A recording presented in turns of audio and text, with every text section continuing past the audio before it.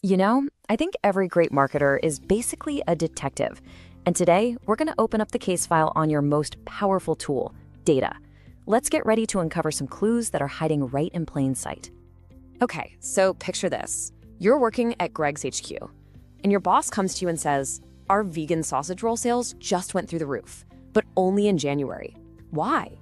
Is it just a random fluke, or is it a trend we can jump on?" This is the exact kind of mystery marketers have to solve all the time. And the answer? It's not about guesswork. It's all in the data. And you know, the best part is you don't have to start from scratch. Your very first lead in any case like this is what we call secondary data. Just think of it like all the case files and background reports that already exist. It's info that someone else has already collected, which means it's fast, it's cheap, and it is the perfect place to start digging. So where do we even start looking for these clues? Well, in marketing, they really fall into two main buckets. First up, you've got the clues you can find right inside your own HQ. We call this internal data. This is literally everything your own company already has on file. And then you've got intel from the outside world. That's your external data. This is stuff published by other people that gives you that crucial bigger picture.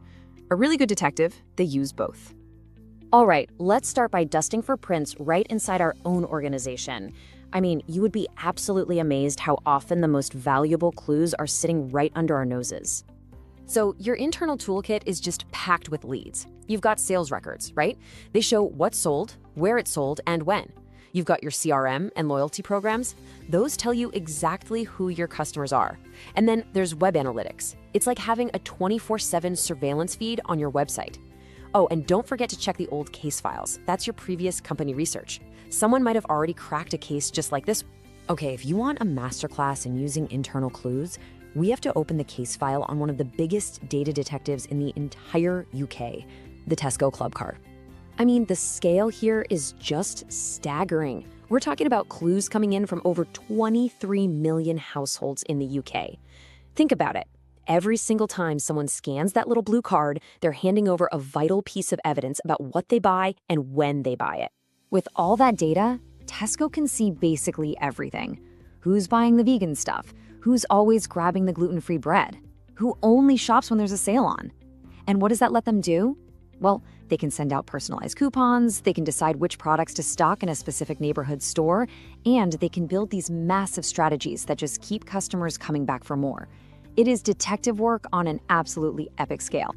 So that's a great example of long-term data collection. But what about the clues that are happening right now, in real time? For that, your website is an absolute goldmine, especially the search bar. It is a direct line into your customers' brains. Okay, imagine you're a marketer at ASOS. You're looking at your analytics, and all of a sudden, you see this massive spike in people searching for cargo pants. That's not just a random search, right? That's a signal from the market. It's screaming at you that a trend is happening. So what do? You quickly boost your stock, you launch a super targeted ad campaign, and you get to ride that wave before your competitors even have a clue what's going on. But you know, a great detective can't just stay cooped up in HQ all day. To get the full story, you've got to hit the streets and start gathering intelligence from the outside world. Look, your internal clues are super important, but they just don't tell the whole story. If you want that crucial context, like how big is the market really? What are our competitors up to? You need that external intel. You 100% need both to build a rock-solid case. So one of your best sources for this kind of intel is going to be industry reports from firms like Mintel. The best way to think of them is as your expert informants, you know? They're on the inside, and they've already done all the heavy lifting for you. So for example, a Mintel report comes out, and it shows the UK beauty market is worth a staggering £12.5 billion in 2024. Just let that sink in. If you're a marketer at a company like L'Oreal, that one number is a total game changer. It helps you justify your budget, it lets you set really ambitious sales targets, and it helps you build a strategy to go out and grab your slice of that massive pie.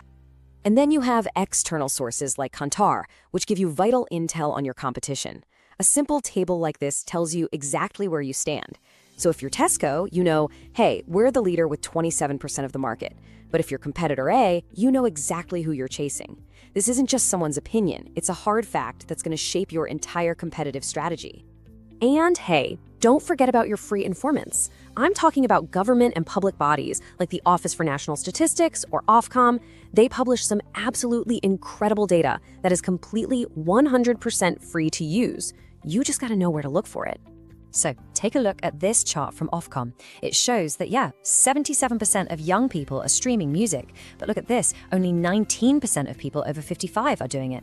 Now, if you're Spotify, this is a huge clue. It basically tells you, okay, our main market is pretty full, but whoa, look at this massive untapped opportunity to grow if we start targeting an older audience. That one free piece of data could be the spark for a multi-million-pound marketing campaign.